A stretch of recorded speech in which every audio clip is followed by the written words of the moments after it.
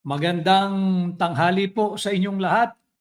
Ngayon po ay Tuesday na, araw ng Tuesday, July 21, 2026 at ganap na pong alas 12 impunto ng tanghali. Magandang tanghali Luzon, Visayas at Mindanao. Magandang araw sa lahat ng Pilipino saan man po kayong panig ng mundo, yung ating ginagalang at kinikilalang mga overseas Filipino workers, ang ating mga bagong bayani. Kagaya nga ng sinabi ko, 128 years of shared history between the Philippines, our beloved Philippines, and the United States of America. 80 years of formal diplomatic relations and 75 years of being treaty ally ang Estados Unidos. So matibay yan, hindi matitinag basta-basta yung relasyon ng Pilipinas sa Estados Unidos. Pero ito ay magiging potential strain o magsilbing lamat kung hindi mabasag ng tuluyan ang relasyon ng Trump administration at Marcos Jr. administration. Ano konteksto? Si Marcos, isinuko niya yung ating soberanya sa Estados Unidos. Nasaksihan natin lahat, nakita natin lahat kung paano niya ipinagkanulo at hinayaan yung state-sponsored abduction nasaksihan natin sa mainstream media, sa social media. Nakita natin yan kung paano hinayaan ng Marcos Jr. administration ang isang state-sponsored abduction nung kinuha ng walang anumang warrant of arrest na ipinakita na nagmula sa International Criminal Court na wala namang jurisdiction dito sa atin o wala man lang kaakibat o katumbas na warrant of arrest na inisyu ng local courts dito sa Pilipinas. At kanilang ito'y state-sponsored abduction, persahan sa pilitang kinuha si Pangulong Rodrigo Roa Duterte. Huwag natin itong kalilimutan dahil dito nagsimula yung pagkahetot-hetot ng ating bansa dahil lamang sa mali at marumi at makapanira na politikang pinapatupad ng Marcos Jr. administration. Huwag nating kalilimutan, kagaya ng sinasabi ko sa inyo, ang ating layunin, madagdagan ang inyong kaalaman, makadagdag tayo kahit paano makaambag sa inyong kamulatan at mapag-usapan natin yung mga napapanahon at maiinit na usaping panlipunan na hindi natin dapat kalimutan. Huwag kayong masyadong magpapadala diyan sa huwad na impeachment trial. Sinabi ko na sa inyo, first week pa lamang, Monday, July 6, ay naghain na ang aming grupo nila Attorney Bobet Torion, kini-question na natin. Mali yung yung assumption ni Senator Judge Chis Escudero bilang presiding officer. Kaya simula noon, I have to be candid with all of you, hindi na ako nanonood niyan dahil hindi ako naniniwala sa isang farce trial. Hindi totoong trial yan dahil dispalinghado yung ginawang basihan sa pagkaupo ni Chis Escudero bilang presiding officer. Dahil nga na-chope yung Senate President. Unang araw pa lamang, hindi na dininig yung mga objection, bumitiw na bilang presiding officer at ipinasa kay Chis Escudero. Ito namang si Chis Escudero, kaliwat kanan na. Yung kanyang mga issuances, yung kanyang mga ruling, yung kanyang mga order na hindi na naaayon sa ating saligang batas. Kaya binabalik ko dito sa higit na mahalaga kung hindi man kasing halagang usaping panlipunan, kagaya nung pagkanlong, pagkonsinti, pagkupkup, pagyapos ni Bongbong Marcos sa kanyang BFF na ICC na siya namang tinutuligsa, kinamumuhian at kinokondena ng Estados Unidos. No, malinaw yan. Ganon din ang wala kasing inisyong warrant of arrest at walang ipinakita noong nagkaroon ng state-sponsored abduction ang Marcos Jr. administration laban kay Pangulong Rodrigo Roa Duterte. At dapat po kasi yan under yung Article 59 ng Rome Statute. Yan ay bibigyan ng pagkakataon yung court na mayroong local jurisdiction. Ano yun? Yung Philippine courts. Yung sinabi ko nga sa inyo, RTC, Court of Appeals, Supreme Court, pwede kang tumakbo. Dapat yan, idinaan muna dahil yan ay alinsunod sa mismong nagiging direktang pahayag ng Article 59 of yung Rome Statute. Yung local court will verify if the arrest was done according to our Constitution. Obviously, it was not done according to the express dictates of our Constitution. The local court shall verify if the arrest is in accord with legal domestic procedure. Hindi rin yan naganap, hindi rin yan nangyari. No, malinaw yan. Kaya dito, pag-usapan natin paanong kinakanlong, paanong ginayapos, paanong kinukonsinti ni Marcos Jr.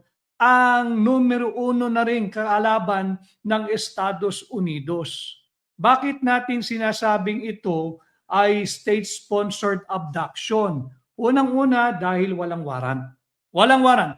Walang pinakitang warrant mula sa ICC na kinukundi ng mariin ni US Secretary of State Marco Rubio na siya ring bibisita, I think today, simula ngayong araw ay bibisita. At itong ating talakayan ngayong tanghali, enemy of US Marcos BFF, dahil dito sa pagbisitang sabay ni US Ambassador to the Philippines, Lee Lipton, kasama rin niya, nandyan yan, naipabalita yan sa mga social media at sa mainstream media. Marami nagtatanong, bakit kasabay niya yung US Ambassador to India? Hindi US Ambassador to the Philippines ang pinag-uusapan na. Yes, nandoon yung US Ambassador to the Philippines, si Ambassador Lee Lipton. Kasabay din niya na nagpunta sa Malacanang si US Ambassador to India o si Sergio Gore. Itong dalawa, ang common denominator nitong dalawang ambassadors, ito'y mga kaibigang matalik ni President Donald Trump ng Estados Unidos. So ito'y rin nangyari isang linggo makalipas tuligsain, hayagan, openly ni US Department of State Secretary Marco Rubio ang ICC. Hindi kinikilala ng Estados Unidos at hindi nga raw dapat kilalanin kung sino ang mga judges nito, sino ang prosecutors nito, sino ang presidente nito, lalo na dito sa Pilipinas. Sabi ni Ricardo Fermin, ito nga yung pinag-uusapan natin. Dahil malinaw sa ating saligang batas, sa Article 59 ng Rome Statute, malinaw doon kinakailangan kung may warrant of arrest na inisyo ang ICC, kinakailangan itong ipakita sa local courts. Bakit? Kasi nga nakasaad sa ating Article 3, Section 2 sa Bill of Rights ng ating saligang batas na no warrant of arrest shall issue except upon probable cause to be determined personally by the judge after examination of the witnesses under oath or affirmation that he may produce. At doon sasabihin mo sino ba yung taong nais mong arestuhin at sa anong pagkakasala o anong kaso. Hindi ito ibinigay kay Pangulong Rodrigo Roa Duterte. Nakita natin yan. Siya ay biktima ng state-sponsored abduction. Ito rin ay malinaw na sana ay pansinin na rin ng ating kagalang-galang na kataas-taasang hukuman, ang ating mga kagalang-galang na maestrado ng Korte Suprema, sana ay pansinin din nila at bigyang buhay yung Article 3, Section 16 ng ating saligang batas. Sa Bill of Rights din yan na nagsasabi, all persons, kasama po dyan si Pangulong Rodrigo Roa Duterte, shall have the right to speedy disposition of cases before all judicial, sa korte, quasi-judicial, or administrative bodies. Sana pansinin din ito, bigyang buhay ng ating mga kagalang-galang na hukom sa kataas-taasan na hukuman itong probisyon ng Article 3, Section 16 ng ating saligang batas sa Bill of Rights yan. All persons shall have the right to speedy disposition of their cases before all judicial bodies. Sana desisyonan na. Meron bang jurisdiction ang ICC sa kahit na sino mang Pilipino dito sa Pilipinas o wala upang masusugan natin ang hayagan na pagkondena ng Estados Unidos again. 128 years of shared history, 80 years of formal diplomatic relations, and 75 years as being treaty allies ang Pilipinas at Estados Unidos. Huwag sanang hayaan na magkaroon ng lamat. Maaaring magkaroon ng lamat ang Trump at Marcos Jr. administration. Bakit? Ito nga, pinapaliwanag natin kasi yung enemy of the United States is Marcos BFF. Best friend forever na ito ni Bongbong. No? At ganun din, singit ko lang, yung nasa Article 3 kasi tayo, yung Bill of Rights. Article 3, Section 18, Paragraph 1. No person shall be detained solely by reason of his political beliefs and aspiration. Marami na ang nakakulong dahil lamang nagpapahayag ng katotohanan. Dahil lamang galit sa kurakot at korupsyon na laganap pa rin dito sa Marcos Jr. administration, less than 1 week bago magbigay na naman siya ng State of the Budol address. Sabi may nagtatanong, bakit hindi yung lead prosecutor ang mag-lead ng impeachment? Bakit yung private prosecutor? Kasi hindi handa yung lead prosecutor mag-litigate. Iba ho kasi yung art of litigation.